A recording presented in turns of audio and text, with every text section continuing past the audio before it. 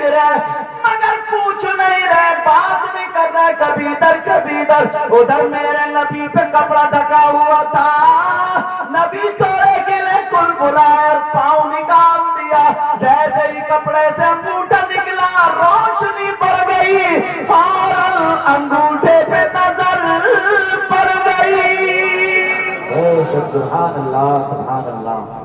اب تو کہنے لگے بیٹی بہو آمنہ بچہ تو بڑا نورانی بچہ ارے یار آقا سے زیادہ کوئی نورانی ہوگا کیا؟ جی جی میرے پاس تو جملے بھی نہیں ہے بولنے کے لیے. جی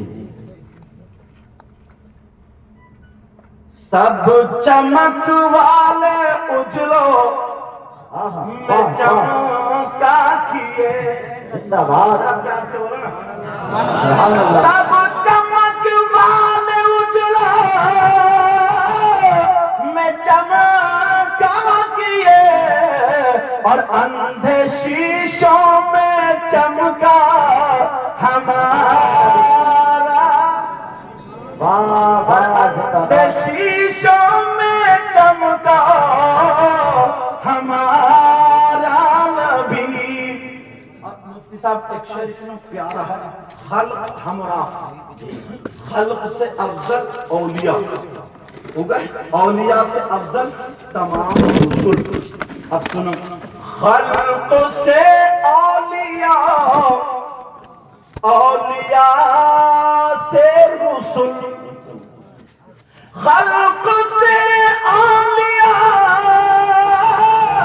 اولیاء سے رسول اور رسولوں سے اعلیٰ ہمارا نبی.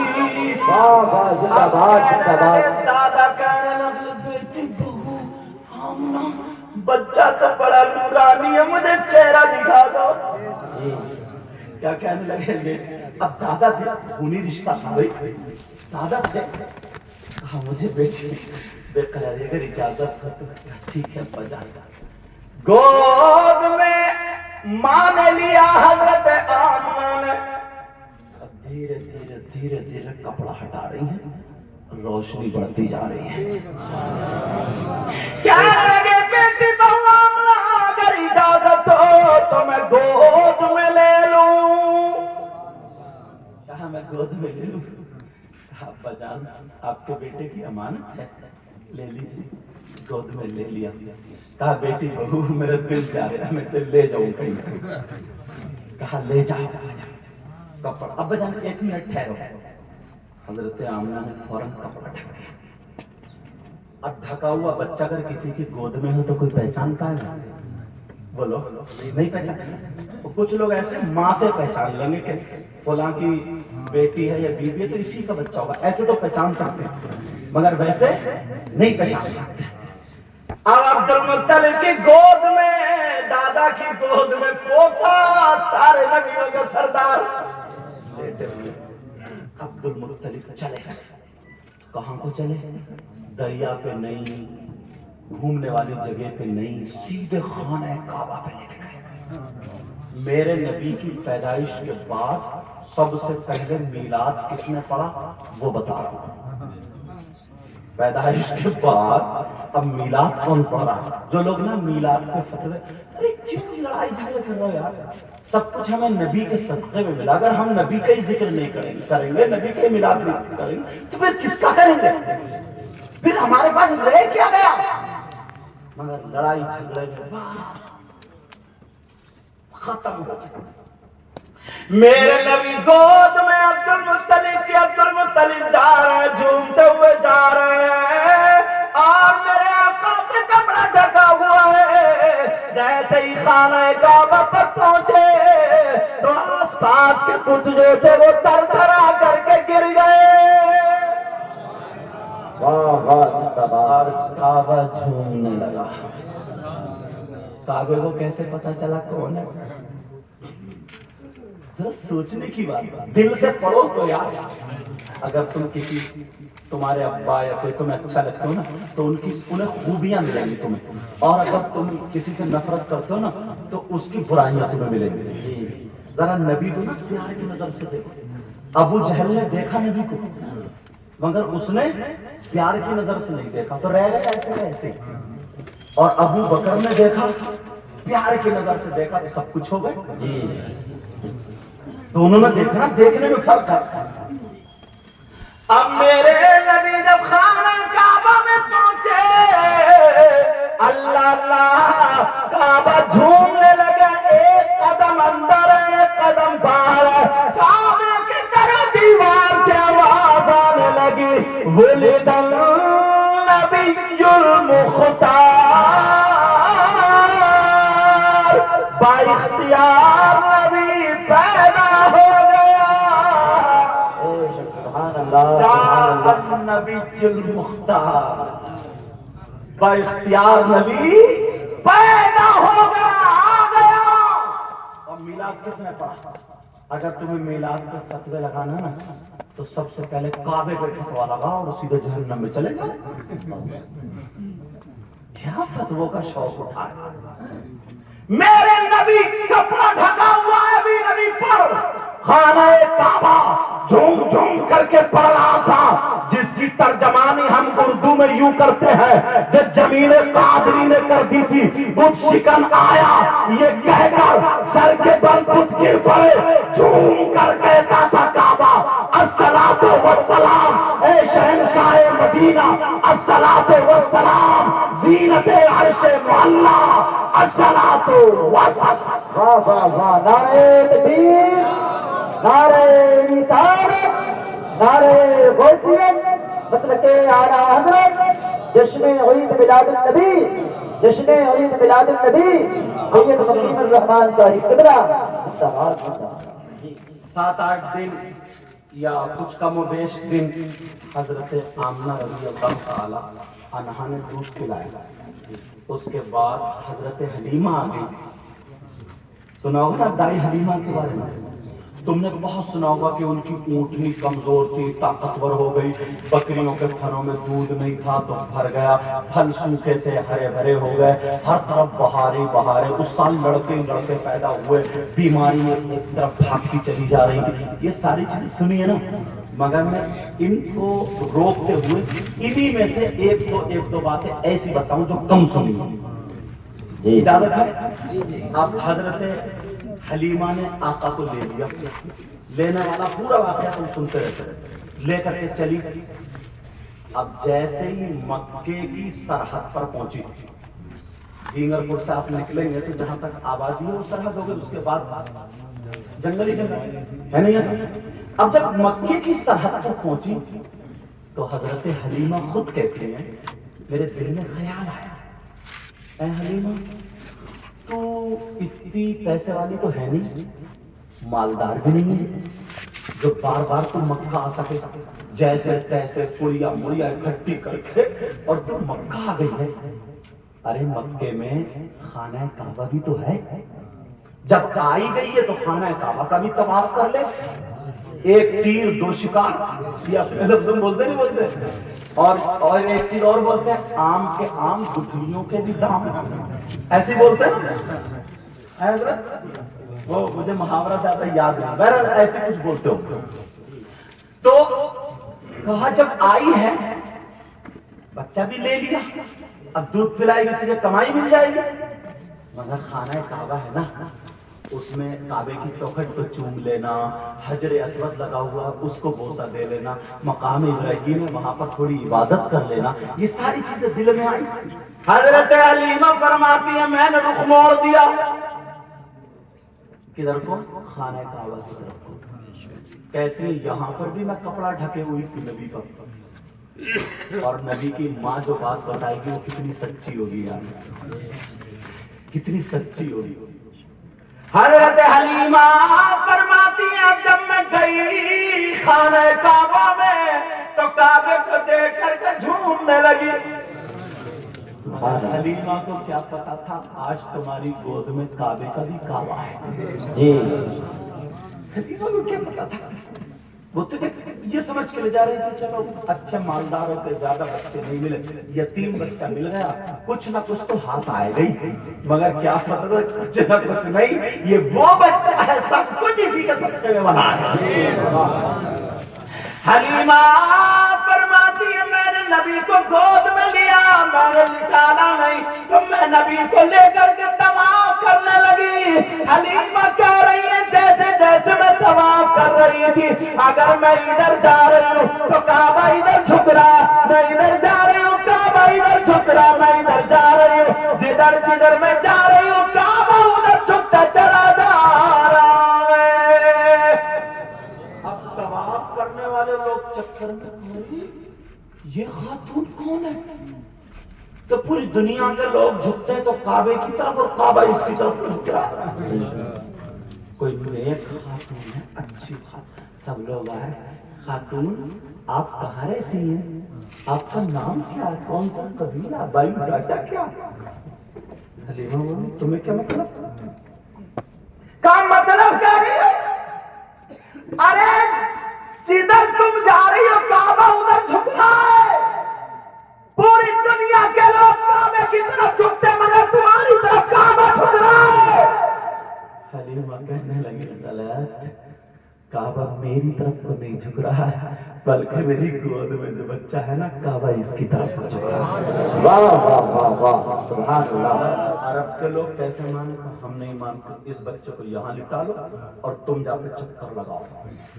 اتنے اس وقت حاجی لوگ کہاں کم جاتے تھے، میرے نبی کو لٹا دیا، حلیمہ چکر پہ چکر مار رہی ہے مگر کعبہ ادھر ہی جھکا پڑا۔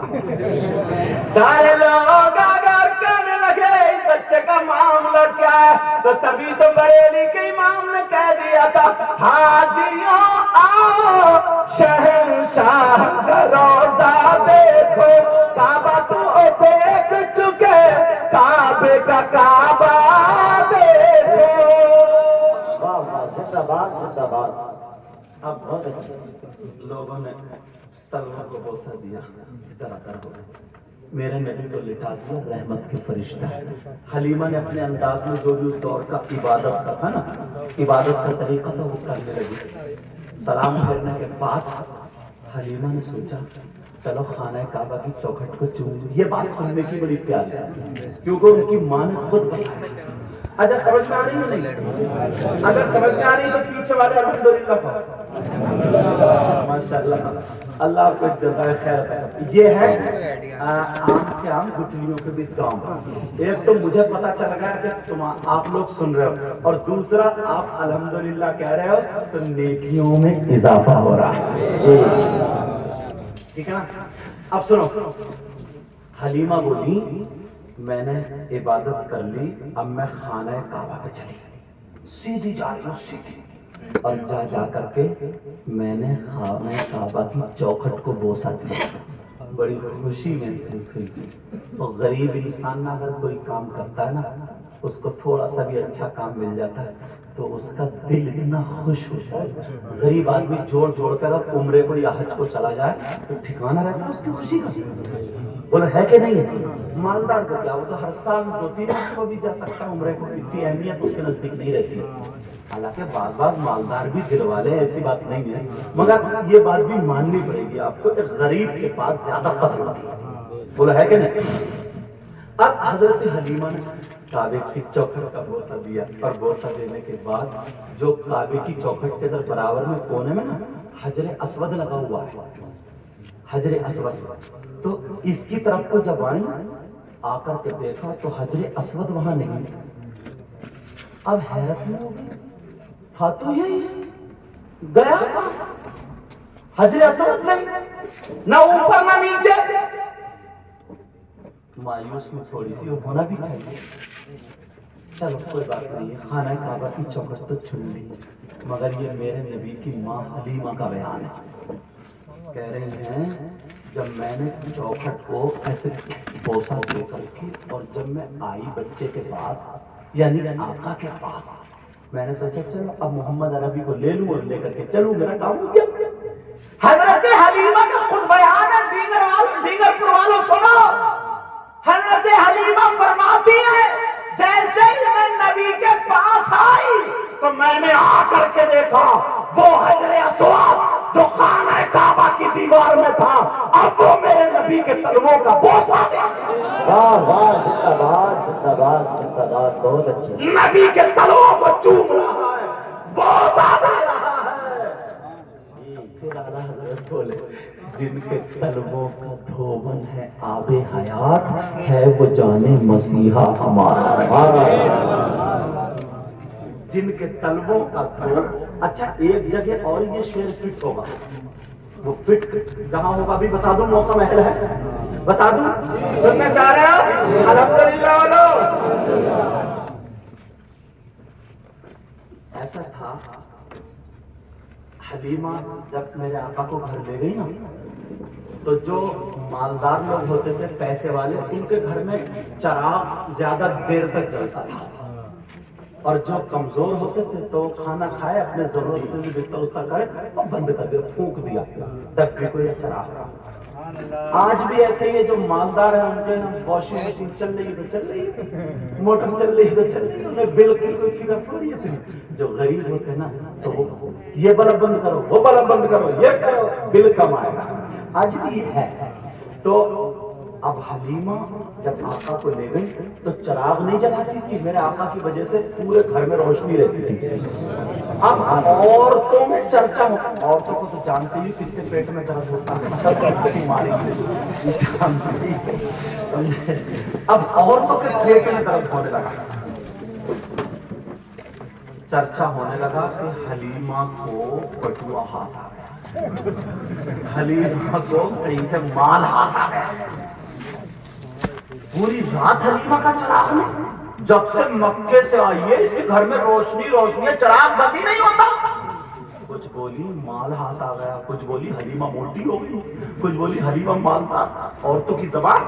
مگر پھر بھی نہیں رکا، 2-4 دن روکتے روکتے جب بات میں بات آئی کہ حلیمہ بہت موٹی ہو گئی ہے تم تک. کیا مطلب؟ تمہارے گھر کا چراغ تک بند نہیں ہوتا، ہمیں سب پتا ہے.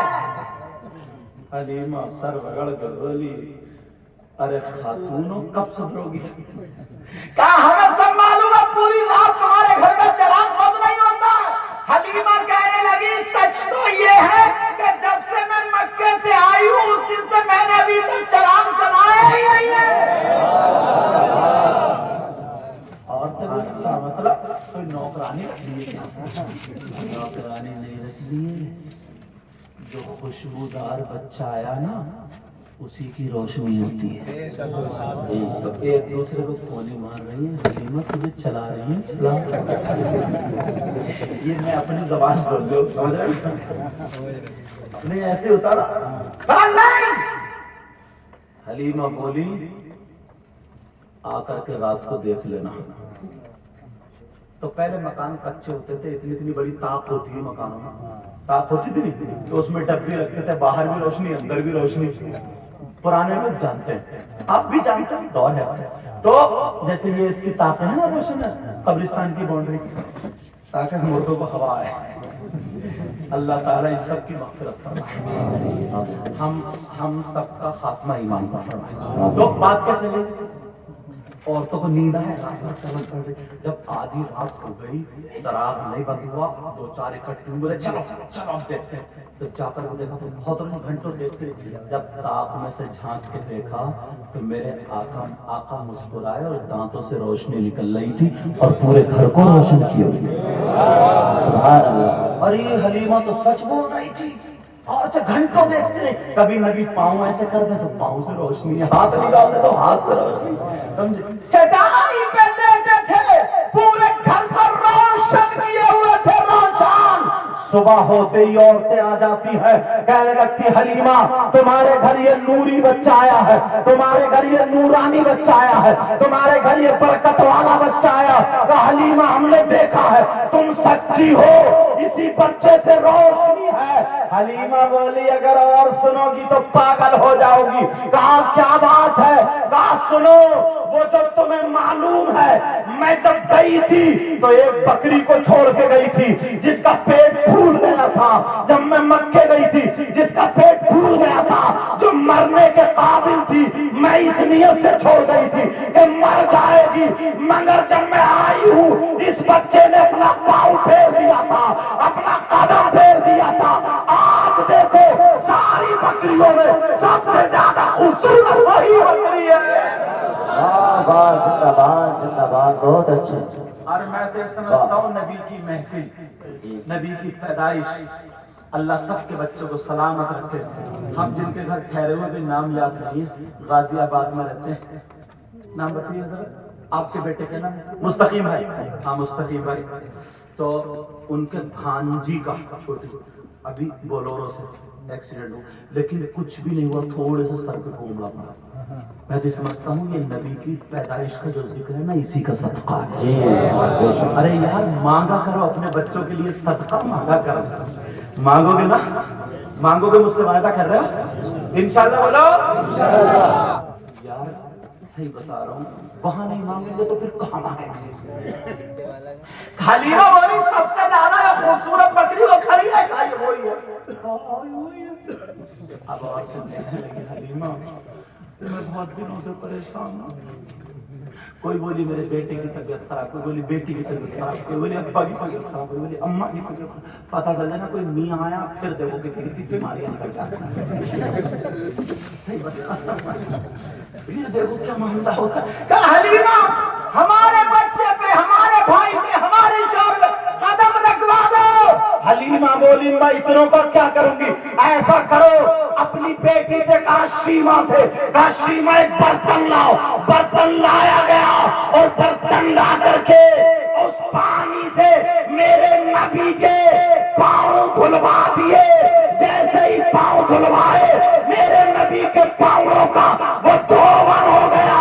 حلیمہ بولی جاؤ جاؤ, جسے پلا دو گے ڈاکٹروں نے منع کر دیا ہے اسے سے پلا دو گے ٹھیک ہو جائے گا.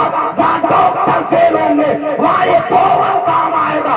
جسے پلا دیا سارے لوگ ٹھیک ہو گئے. بریلی کے امام بولے جن کے تلووں کا دھون ہے آب حیات ہے وہ جانے مسیحا ہمارا. نعرے تکبیر, نعرے رسالت, نعرے غوثیت, مسلک اعلیٰ حضرت جشن عید میلاد النبی سید مقیم الرحمان صاحب قبلہ. نعرے تکبیر, نعرے رسالت, زندہ باد. اور اچھے مجھے لگتا ہے پھر جوش میں آ کے تھوڑا تیزی کرے گا. اعلیٰ حضرت بولے جن کے طلبوں کا دھون ہے آب حیات ہے وہ جان مسیحا ہمارا نبی. ہاں یہی ہے. اللہ برکت اور چہرے سے جان گیا. اللہ تعالیٰ سب کو سلامت رکھے. اس دین نگر پور میں کتنا پیارا نام تھا, لیکن چلو وہ ڈنگر پور ہو گیا. اللہ مولا اس بستی میں بہاریں عطا فرما, میرے نبی کا صدقہ عطا فرما, نبی کی اولاد کا صدقہ عطا فرما. ایک شیئر یاد ہے حضرت, اجازت ہے پڑھ دو, ختم کر دو. پیچھے والوں آپ بتا, میں نے کہا تھا الحمدللہ ولی اللہ کٹڑیوں کے بھی دام بولو ماشاءاللہ. شعر ہے میں گدا تو بادشاہ واہ بھر دے پیالہ نور کا, اور نور دن دونا تیرا دے ڈال صدقہ نور کا. اور تیری نسل پاک میں ہے بچہ بچہ نور کا, تو ہے عین نور تیرا سب گھرانہ نور. یہ پیدا کرنے والی ماں, جنم دینے والی ماں کا نام حضرت آمنہ. ان کی ایک بات مجھے ذہن میں آ گئی, گھوم رہی ہے, بتا دوں یار. جو ماں بتائے گی اپنے بیٹے کے بارے میں کتنی سچی بات ہوگی. تمہاری ماں بیان کرتی ہے نا کہ بچپن میں بہت تیز تھا, بچپن میں بڑا موٹا تھا, بڑا خوبصورت, بیان کرتی ہے. ایسے ہی اب نبی کی ماں جو میلاد پڑھ رہی ہے, نبی کے اوصاف بتا رہی ہے, وہ بتاؤ. میرے نبی کی ماں کا نام آمنہ اور ان کے ابا کا نام حضرت وہب. حضور کے نانا کا کیا نام ہوا بولو پیارو, یاد رکھیو کیا نام تھا, حضرت وہب. حضرت وہب, واو ہا چشمی اور با, ٹھیک ہے, وہب. اور دادا کا نام عبد المطلب. یاد کرو گے نا. اب سنو, یہ بولی جب میں اپنے ابا کے گھر تھی, نبی کی ماں, میں چھوٹی سی تھی, پھر اور بڑی ہو گئی, مجھے ہوش آیا. اب میں